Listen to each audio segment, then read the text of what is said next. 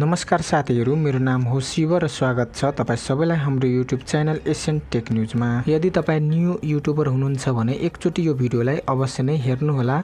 यो भिडियोमा म तपाईहरुलाई तपाईको आफ्नै च्यानलको लागि कस्टम URL कसरी लिन सक्नुहुन्छ बारेमा बताउन गइरहेको छु। यदि हजुरलाई थाहा छैन भने कस्टम URL के हो भनेर, जस्तै हाम्रो घरको एड्रेस हुन्छ, जुन एड्रेसबाट मान्छे हाम्रो घर जान्छ, सेम त्यस्तै तरिकाको युट्युबमा हाम्रो युट्युब च्यानलको एड्रेस हुन्छ, जुन चाहिँ युट्युबले जतिखेर हामी युट्युब च्यानल क्रिएट गर्छौं त्यतिखेर दिएको हुन्छ र त्यो युट्युबले दिएको जुन एड्रेस हुन्छ, जुन URL हुन्छ, त्यो चाहिँ अर्कै खालेको हुन्छ। जस्तै www.youtube.com/ त्यसपछि के नम्बर हुन्छ, हामीलाई पनि त्यो चाहिँ थाहा हुँदैन। जुन चाहिँ हाम्रो च्यानलको लिंक हुन्छ त्यो चाहिँ हामीले साथीहरु सँग पनि शेयर गर्छौं। त त्यो लिंकलाई तपाईको अब www.youtube.com र / त्यसपछि के हुन्छ त्यसलाई चेन्ज गरेर youtube.com र / त्यसपछि तपाई आफ्नो च्यानलको नाममा राख्न सक्नुहुन्छ र यो चाहिँ प्रायसो सबै युट्युबरहरुले युज गरेको हुन्छ। कस्टम URL हाम्रो च्यानलको लागि अति नै आवश्यक छ। यदि तपाईको च्यानलमा 100 सब्स्क्राइबर पूरा गरिसक्नु भएछ भने तपाई यो सेवा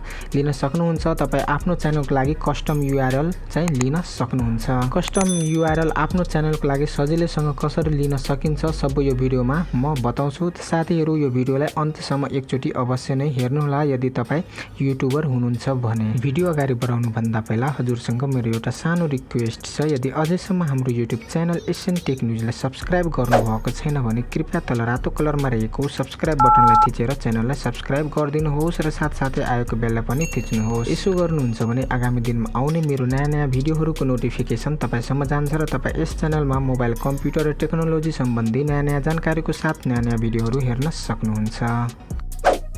कस्टम URL मोबाइल र PC दुटैबाट तपाई इनेबल गर्न सक्नुहुन्छ। यदि तपाई मोबाइलको स्क्रिनमा हुनुहुन्छ भने मोबाइलको क्रोम ब्राउजरमा जानु होला, त्यसपछि माथि 3 डटमा जानु होला र डेस्कटप साइड यहाँनिर हेर्न सक्नुहुन्छ। डेस्कटप साइडमा क्लिक गरेर तपाई आफ्नो युट्युब च्यानल यहाँबाट ओपन गर्नु होला, लगइन गर्नु होला।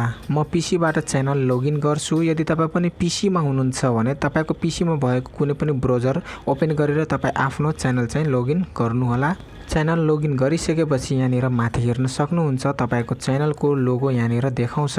यसमा चाहिँ क्लिक गर्नुहोस्। त्यसपछि यहाँनिर माई च्यानल हुन्छ, माई च्यानलमा क्लिक गर्नुहोस्। त्यसपछि यहाँनिर माथि हेर्न सक्नुहुन्छ यो हाम्रो च्यानलको लिंक हो, हाम्रो च्यानलको URL हो र यो URL तपाई यहाँनिर हेर्न सक्नुहुन्छ www.youtube.com/ त्यसपछि च्यानल छ नि के छ, धेरै यो वर्डहरु छ, यो चाहिँ हामीलाई पनि थाहा हुँदैन याद गरेर पनि। यो URL लाई हामी चेन्ज गर्न सक्छौं। जस्तै youtube.com/ त्यसपछि हाम्रो च्यानलको नाम दिन सक्छौं। यहाँनिर तपाई हेर्न सक्नुहुन्छ यो च्यानलको नाम emedia np छ। हाम्रो च्यानलको लिंकलाई youtube.com/ त्यसपछि emedia np दिएर राख्न सक्छौं र यो एकदमै आवश्यक छ। सबै युट्युबरहरुले यो लिएको हुन्छ कस्टम URL। तपाई पनि यहाँबाट यदि तपाईको च्यानलमा 100 सब्स्क्राइबर छ भने तपाई पनि कस्टम URL आफ्नो च्यानलको लागि लिन सक्नुहुन्छ। कस्टम URL लिनको लागि यहाँनिर हेर्न सक्नुहुन्छ युट्युब स्टुडियो बेटा, यसमा चाहिँ क्लिक गर्नुहोस्।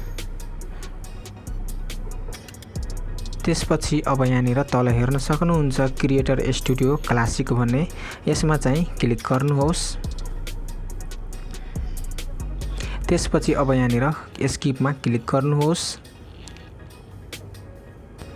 त्यसपछि यहाँनिर तपाईको च्यानलको क्लासिक क्रिएटर स्टुडियो खुल्छ। तपाईको च्यानलको ड्याशबोर्ड यहाँनिर खुल्छ। यहाँनिर आइसकेपछि अब यहाँनिर हेर्न सक्नुहुन्छ च्यानल, तपाईको यो च्यानलमा चाहिँ क्लिक गर्नुहोस्।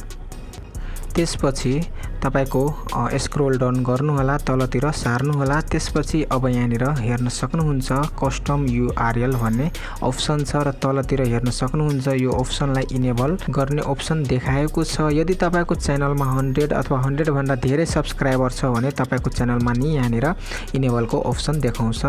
साथीहरु, यसमा चाहिँ क्लिक गर्नुहोस्। त्यसपछि यहाँनिर हेर्न सक्नुहुन्छ you are eligible for custom URL claim it here भनेर यहाँनिर हियरमा चाहिँ क्लिक गर्नुहोस्।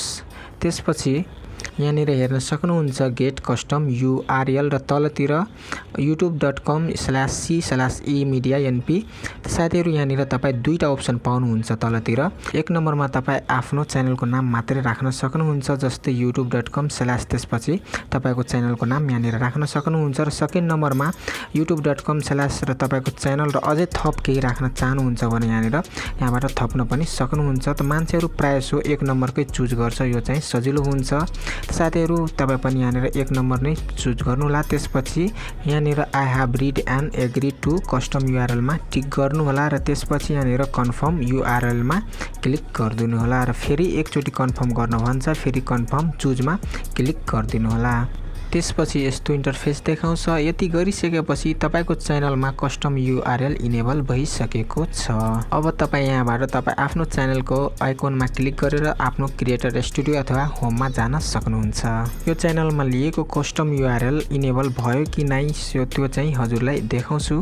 हजुरको च्यानलको कस्टम URL इनेबल भयो कि नै हेर्नको लागि फेरि तपाई क्रिएटर स्टुडियो क्लासिकमा जानु होला। त्यसपछि फेरि च्यानलमा जानु होला र त्यसपछि